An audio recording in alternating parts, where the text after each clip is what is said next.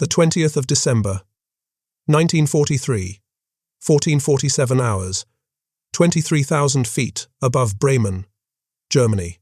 Lieutenant Colonel Russell Berg pressed his face against the frozen plexiglass of his B-17's nose cone, searching for any break in the solid wall of grey that had swallowed his formation whole.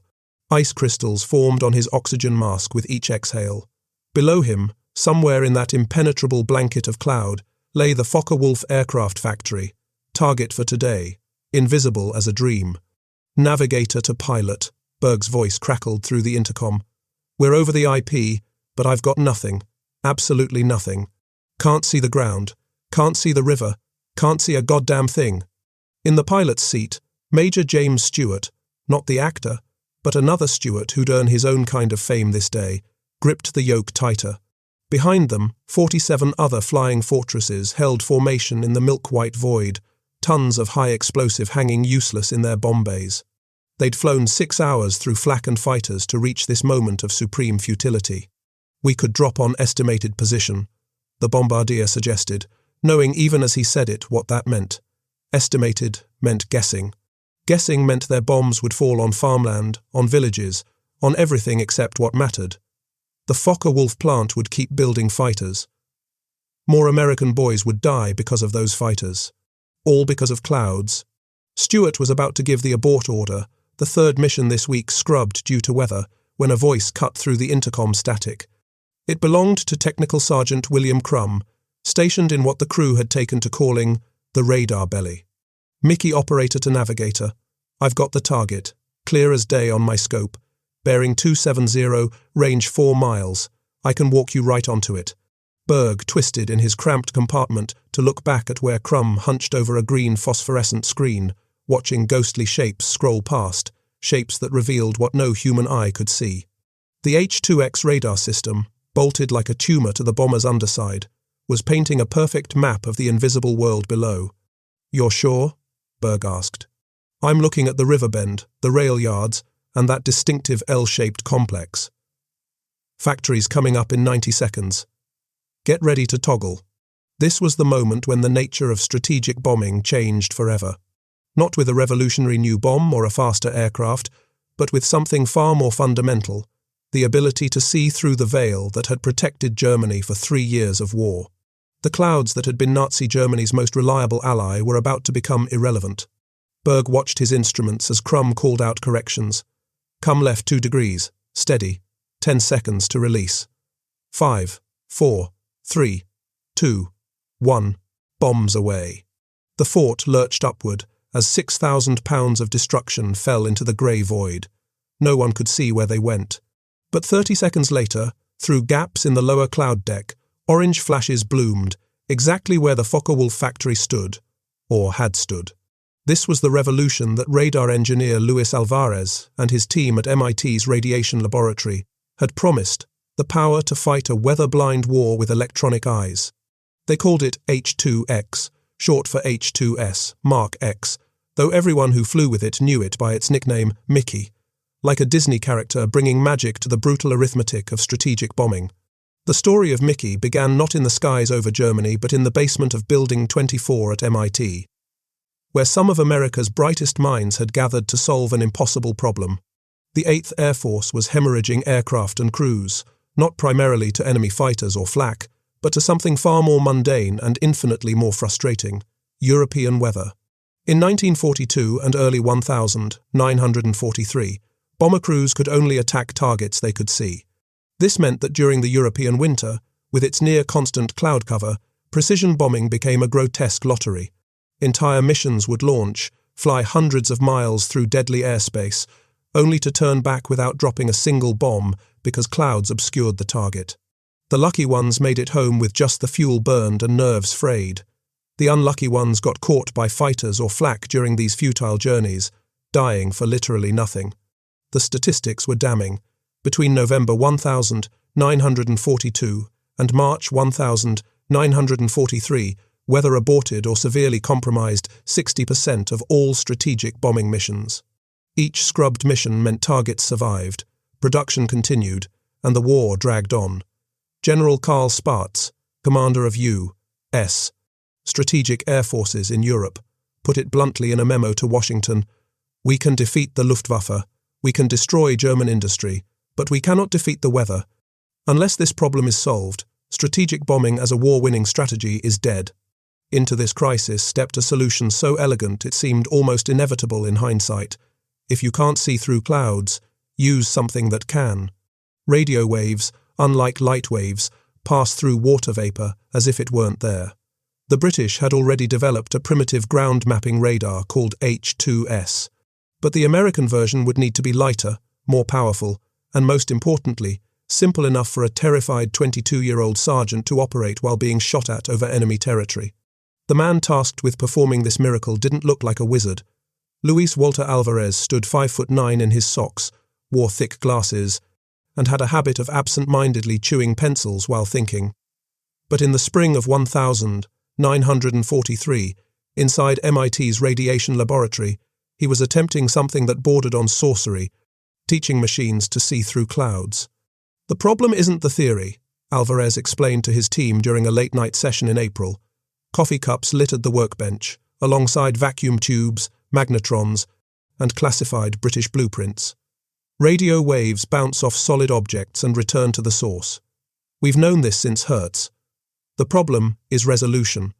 At the wavelengths that penetrate clouds, our images look like a child's finger painting. We need photograph-quality clarity from radio waves. It's like asking someone to paint the Mona Lisa with a mop. The British H2S system they were improving upon used 10-centimetre wavelengths, about 4 inches. It could see through clouds, yes, but its images were so blurry that bombardiers often couldn't distinguish a city from the surrounding countryside. Rivers appeared as vague scratches. Railroad yards blended into urban sprawl. Trying to hit a specific factory was like threading a needle while wearing oven mitts. Alvarez's insight was breathtakingly simple. Use shorter wavelengths. The new H2X would operate at 3 centimetres, about an inch. This meant sharper images, better target discrimination, and the ability to pick out individual buildings from 25,000 feet.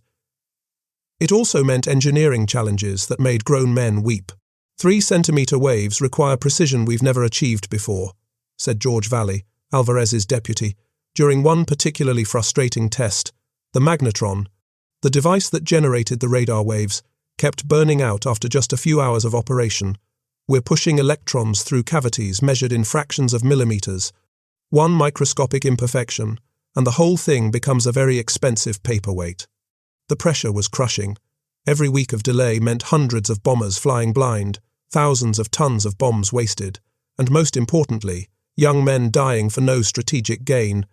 Alvarez received weekly cables from General Henry Hap Arnold, Chief of the Army Air Forces, each one more urgent than the last. One, dated the 15th of May 1943, read simply, "Where is my miracle?" The breakthrough came from an unexpected source.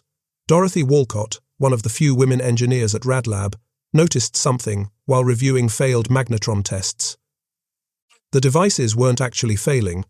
They were succeeding too well. The 3-centimetre waves were so powerful and precise that they were creating resonance feedback, essentially shaking themselves apart. "It's like an opera singer shattering a wine glass," she explained to Alvarez. "We don't need more power. We need damping. We need to deliberately introduce imperfection." It was counterintuitive, making the system slightly worse to make it much better. By adding tiny irregularities to the magnetron cavities, they could prevent the destructive resonance while maintaining the precision they needed. Within 2 weeks, they had a magnetron that could run for 500 hours straight. But generating the radar waves was only half the battle. Someone had to interpret them, and that someone would be a scared kid in a bomber over enemy territory. The display system had to be intuitive enough to use while under fire, reliable enough to work at 40 degrees below zero, and light enough not to compromise the aircraft's performance. Master Sergeant Frank Olson, a B-17 radio operator brought in as a technical advisor, put it bluntly. "You're designing this thing for someone who's probably airsick, definitely freezing, possibly wounded, and absolutely certain he's about to die. If it takes more than 3 seconds to understand what he's seeing, it's useless." The solution was elegant. Instead of complex displays showing multiple data streams, H2X would present a simple plan position indicator A circular screen with the aircraft at the center and the terrain below spreading out like a map. Bright spots indicated solid objects, cities, factories, bridges. Dark areas were water or open fields. The antenna would rotate in the bomber's belly, sweeping the landscape like a searchlight, updating the image every few seconds. To test it, they mounted a prototype in a modified B-18 bomber and flew it over Boston at night in heavy fog. The operator was Jimmy Doolittle Jr., son of the famous aviation pioneer, chosen because his father's reputation would guarantee honest feedback. "Mit to Doolittle, what do you see?" Alvarez asked over the radio. There was a long pause. Then, "I see everything. I can see the Charles River, the individual piers in the harbour. Hell, I can practically see Fenway Park. This is impossible." But it wasn't impossible. It was Mickey. The first production models rolled out in September 1943, each one hand-assembled by technicians who understood that precision measured in millimeters would translate to accuracy measured in lives saved. The units were installed in special radar-equipped Pathfinder aircraft that would lead bomber formations to their targets. These planes, distinguished by the bulbous radome hanging from their belly like a metallic pregnancy, would become the most important aircraft in any formation. Training the operators fell to Captain Vernon Burnell, a former physics teacher from Iowa who had the gift of translating complex science into soldier speak. At the newly established H-2X training facility in Boca Raton, Florida, he would stand before classes of bewildered airmen holding a flashlight and a mirror. "Radar is just organized light," he'd begin. "Except this light sees through clouds, darkness, and smoke. You're going to become the eyes of the entire formation. When everyone else is blind, you'll see. When navigators are lost, you'll know exactly where you are. You're not just operators, you're magicians." The first Mickey-equipped Pathfinders arrived in England in October 1943. They were distributed among the bomb groups with almost religious reverence. Ground crews painted elaborate nose art on these special aircraft. Cloud Killer, the all-seeing eye, weather be damned. But the most prophetic name belonged to a B-17 of the 384th Bomb Group, Blind Faith No More.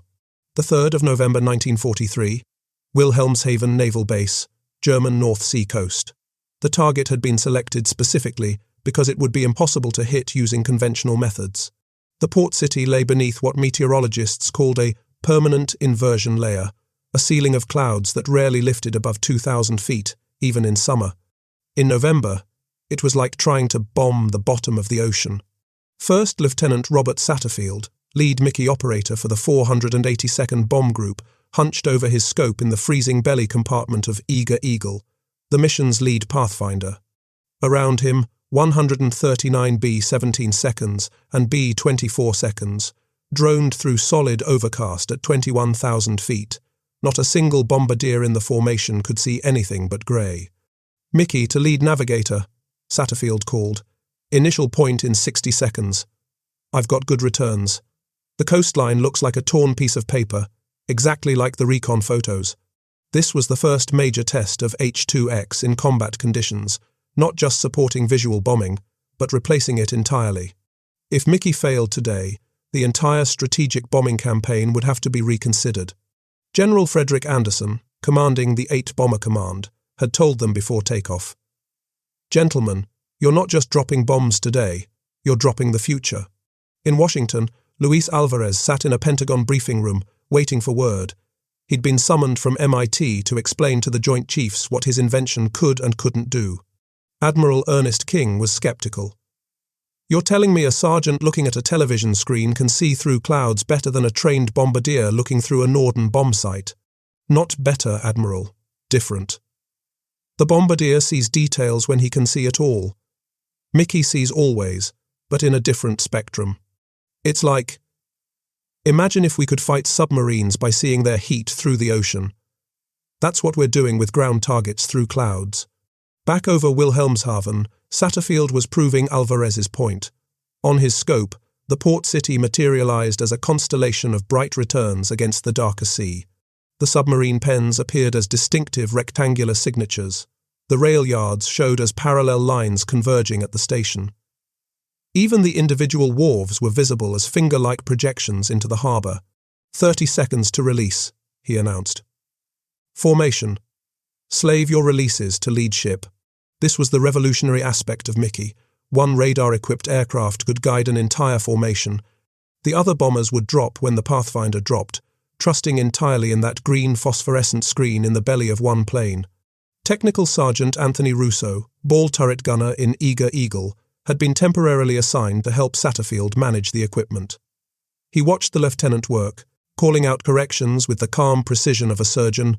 Come right 1 degree, steady, hold it there, 10 seconds. Bombs away. The formation released as one. 2,700 tons of high explosive and incendiaries vanishing into the grey void below. For 45 seconds, nothing. Then, through a momentary break in the lower clouds, Russo saw it, the entire harbour erupting in synchronized destruction. Orange fireballs walked across the submarine pens. The rail yards disappeared in a carpet of explosions. A fuel depot went up in a pillar of flame that climbed back up through the clouds, briefly visible to the formation above. Jesus Christ, Russo whispered into his oxygen mask. We actually hit it. We can't see it, but we hit it. The after-action reconnaissance would reveal something unprecedented. 68% of bombs had fallen within 1,000 feet of the aim point, in conditions where visual bombing would have achieved 0% accuracy because visual bombing would have been impossible. The submarine facilities were heavily damaged. 3 U-boats caught in the open were destroyed. The rail yards would be out of commission for 2 months. But Mickey's true revelation came 3 weeks later, during the November 26 raid on Bremen. This time, the Germans were ready. They'd figured out that the Americans had some new capability, though they didn't understand what. The Luftwaffe put up everything they had, May 109 seconds, 190 seconds, even experimental May 163 rocket fighters. The flak was so thick that crews described it as walking through a forest of black trees. Captain Theodore Miller, piloting the lead Pathfinder, Mickey's Magic, watched 2 B-17 seconds in his formation explode within 30 seconds of each other. His own aircraft had taken multiple hits. The plexiglass nose was starred with bullet holes. His waist gunner was dead. The No. 3 engine was trailing smoke. But his Mickey operator, Lieutenant Charles Havens, never wavered. Despite the chaos, despite his scope flickering from electrical damage, despite blood from a shrapnel wound running down his face, Havens kept calling corrections. Target coming up. Looks good. Hold it steady. Ted. 20 seconds. The bombs fell through 10/10 cloud cover. Not a single crew member saw the target. But the Focke-Wulf plant, the same one that had survived 17 previous raid attempts due to weather, took direct hits on its main assembly building, its parts warehouse, and its engine test facility. Production stopped for 6 weeks. Hermann Goering, head of the Luftwaffe, would later write in his diary, "The Americans have stolen the clouds from us. They bomb accurately through weather that would ground our own planes. It is not a technical advantage, it is witchcraft." The witchcraft was spreading. By December 1943, 40 Pathfinder aircraft equipped with H-2X were operational. Each could lead formations of up to 300 bombers. The mathematics were staggering. Where weather had previously cancelled 3 out of 5 missions, now 95% of missions could reach and bomb their targets, regardless of conditions. Master Sergeant William Crum, the operator who'd guided that first successful Bremen raid, put it in a letter to his wife. "We've turned the weather into our ally. The worse it is, the more the Germans believe they're safe, the more surprised they are when the bombs start falling. We're not just bombing through clouds, we're using the clouds as camouflage." But the most profound change was psychological. Bomber crews who had lived with the frustration of aborted missions, of dying for no result, suddenly had purpose. Every mission now meant something. Every flight could strike its target. Lieutenant Colonel Russell Berg, who'd navigated that first blind bombing mission, said it best during a briefing for new crews. "For 2 years, we've been David fighting Goliath with a blindfold on. Mickey didn't make us stronger, it gave us sight." The 20th of February 1944, Big Week had begun. Operation Argument, the systematic destruction of the German aircraft industry, would test Mickey on a scale never before attempted. 900 bombers would strike 12 primary targets across Germany in 6 consecutive days, regardless of weather. The forecast was abysmal. Solid cloud cover from the English Channel to Poland, surface visibility near zero, icing conditions from 8,000 to 25,000 feet. In the operations bunker at Pine Tree, 8th Air Force Headquarters, General James Doolittle stood before a wall-sized map of Europe covered in grey shading, meteorological symbols for impenetrable weather. His operations officer, Colonel Curtis LeMay, shook his head. "Sir, without Mickey, we'd be grounded for the next 2 weeks. The Germans know it. Their fighters are probably sitting in dispersal areas with their engines cold, mechanics on leave. They think they're safe." Doolittle studied the weather reports. "That's exactly why we go. How many Pathfinders operational?" 62 with experienced crews. We can lead every formation, with spares. At Ridgewell Airfield, Technical Sergeant Paul Hendricks performed his pre-flight check on the H-2X system in Cloudy Lady, designated lead pathfinder for the strike on the Messerschmitt complex at Augsburg. The ritual had become sacred. Check the magnetron cooling, verify the antenna rotation, calibrate the display brightness. One overlooked detail could blind an entire formation. His pilot, Major Robert Rosenthal, watched from the cockpit. "How's our seeing eye dog, Hendricks?" "Crystal clear returns on the ground test, sir. She'll see through anything today." What happened next would be recorded in official histories as the moment strategic bombing came of age. As the massive formation crossed into German airspace, they entered what one navigator described as flying inside a bottle of milk. Visibility was zero. Ice formed so quickly that crews had to continuously chip it from their windows. Without Mickey, they would have been flying blind into the most heavily defended airspace on Earth. But the 70 radar operators hunched over their scopes could see everything. Cities appeared as glowing spiderwebs. Rivers carved dark lines through the phosphorescent landscape. Rail junctions bloomed like flowers of light. And the targets, aircraft factories, ball-bearing plants, component suppliers, stood out like beacons. Lieutenant David McCarthy, Mickey operator aboard Pathfinder Pete, watched Augsburg materialize on his scope. Despite 10/10ths cloud cover, he could see the distinctive Y-shaped junction where the Lech and Wertach rivers met. The Messerschmitt factory complex appeared as a perfect rectangle, exactly where the target maps had promised. "Mickey to bombardier," he called. Target identified. 30 seconds to release point. The Germans, convinced the weather made them invulnerable, had concentrated their workers for maximum production. The factories were running full shifts. When the bombs began falling through the clouds, impossibly accurate, impossibly timed, the psychological shock was as devastating as the physical destruction.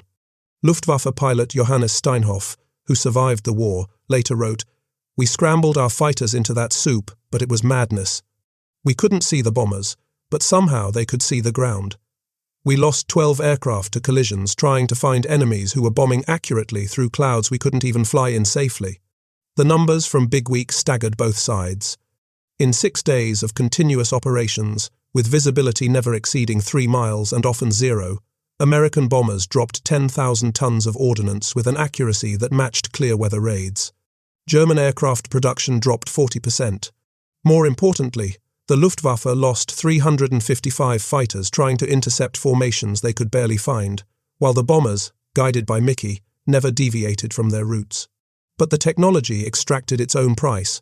The radar operators suffered from a unique form of combat fatigue. Staring at the green scope for hours, translating ethereal returns into life or death navigation decisions, broke men in ways physical combat didn't. Staff Sergeant Jerome Goldstein, a Mickey operator with the 447th Bomb Group, flew 17 consecutive missions during Big Week. On the 18th, he collapsed at his scope, unable to distinguish radar returns from hallucinations. "I see cities that aren't there," he told the flight surgeon. "I see targets everywhere. My dreams are green and phosphorescent. I can't turn it off." The Germans, desperate to counter Mickey, developed primitive jamming systems.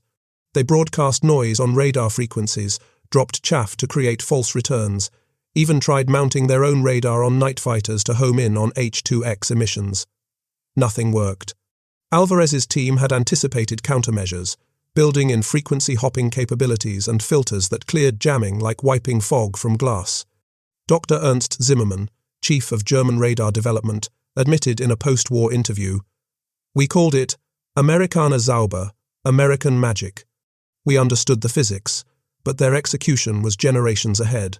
They turned our greatest defense, our weather, into our weakness. Every cloudy day became a perfect bombing day for them."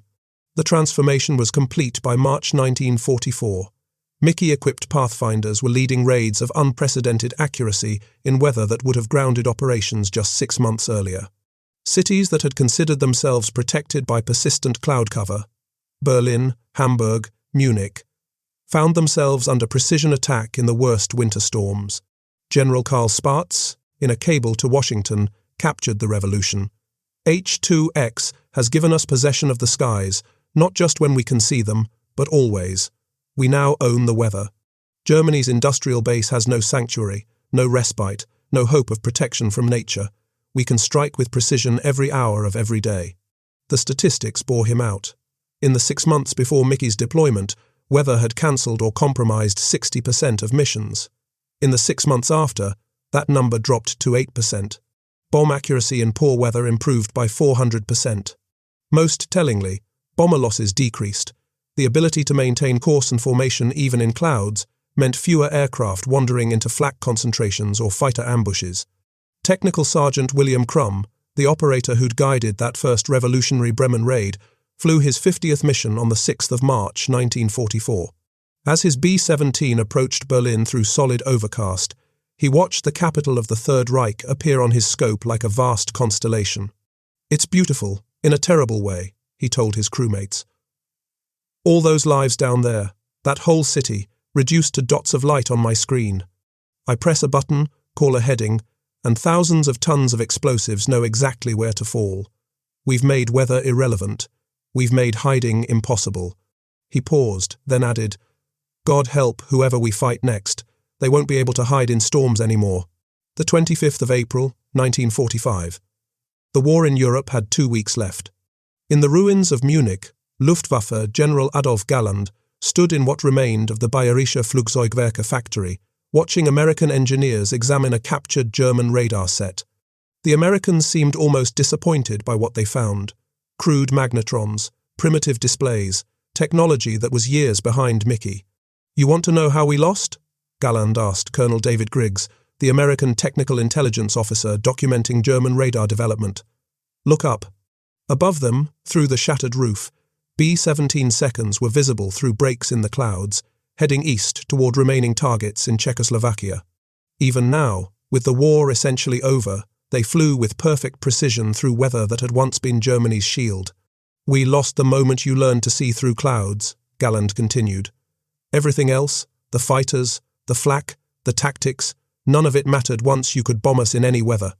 You turned time itself against us. Every hour of every day became a potential raid. We couldn't rest, couldn't repair, couldn't hide." Luis Alvarez arrived in Germany 3 days after VE Day, part of a scientific assessment team cataloguing German technology. What he found shocked him. Not German advancement, but German bewilderment. In laboratory after laboratory, he found evidence of brilliant scientists who had simply not believed H2X was possible.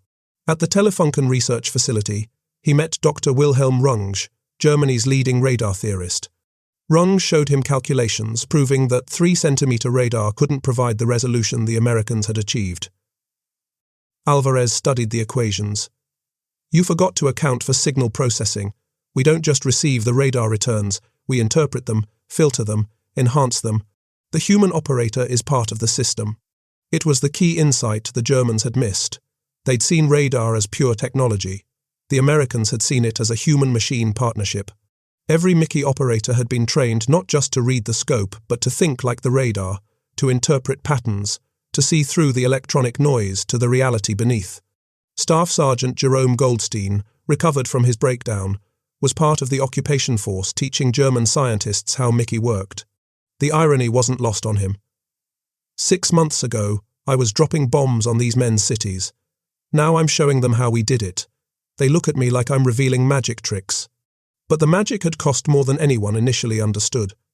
A study conducted in late 1945 found that Mickey operators suffered from a unique form of what would later be called PTSD. They had experienced the war through an electronic intermediary, reducing entire cities to patterns of light, making death abstract and precise simultaneously. Technical Sergeant Paul Hendricks, who had flown 62 missions as a Mickey operator, struggled to articulate the feeling, "I never saw the cities burn. I never saw the buildings collapse. I just saw dots disappear from my scope. But I knew, God, I knew, that each dot was hundreds of lives. I had the power to see through clouds, but I couldn't see the faces. Maybe that made it possible. Maybe that made it worse. The technology that had won the war was already evolving beyond its military origins. By August 1945, modified H-2X sets were being tested for commercial aviation, promising to make civilian air travel safe in any weather. The same radar that had guided bombs to factories would guide airliners to runways. Luis Alvarez, standing in his MIT laboratory in September 1945, held one of the last H-2X magnetrons produced for the war. Around him, his team was already working on peacetime applications, weather prediction, air traffic control, even early television technology. "We gave them sight through clouds," he told a gathering of his researchers. "But sight is morally neutral. It's what we choose to see, how we choose to act on what we see, that matters." The legacy would prove more complex than anyone imagined. Every modern military radar, every weather tracking system, every air traffic control network descended directly from Mickey. The ability to see through obstruction had become fundamental to civilization itself, but so had the questions it raised. Colonel Russell Berg, who had navigated that first blind bombing of Bremen, became a commercial airline pilot after the war. Flying a DC-6 through clouds over the Atlantic in 1950, using radar descended from H-2X to navigate safely through a storm, he thought about the journey from war to peace. "The same technology that let us destroy cities in darkness now brings families safely home through storms," he wrote in his memoir. "Every passenger sleeping peacefully in the cabin behind me owes their safety to a device born from the necessity of destruction." Is this redemption or irony? Perhaps both. The last word belongs to William Crum, the sergeant who had guided that first successful blind bombing mission. At a reunion of Mickey operators in 1975, 30 years after the war's end, he stood before a room of aging men who had once held the power to see through clouds. "We were given the eyes of gods," he said. "We could see through the barriers nature put between us and our targets. We used that gift to end a war, to stop a greater evil. But I think about it every day. What we saw, what we couldn't see, what we chose to see. The clouds hid the ground from us, but the scope hid something else, the human reality of what we were doing." He paused, looking at the faces of men who understood. "They call us the generation that won the war. We were really the generation that learned to see through obstacles. The question for those who come after isn't whether they can develop better ways to see. They will. The question is whether they'll remember that the clearest vision of all is knowing when not to look, when not to strike, when to let the clouds provide their ancient mercy." The H-2X radar system flew its last combat mission on the 7th of May 1945. By then, it had guided over 15,000 bomber sorties through impossible weather, dropped 100,000 tons of ordnance with unprecedented accuracy, and transformed the nature of strategic warfare forever. The clouds that had protected civilization since the dawn of flight had become transparent. In the end, the greatest revolution wasn't the ability to see through weather, it was the recognition that every technology that extends human capability also extends human responsibility. Mickey gave humanity the power to wage war without regard for nature's obstacles. What humanity would do with that power remained. Like the future itself, hidden in clouds no radar could penetrate.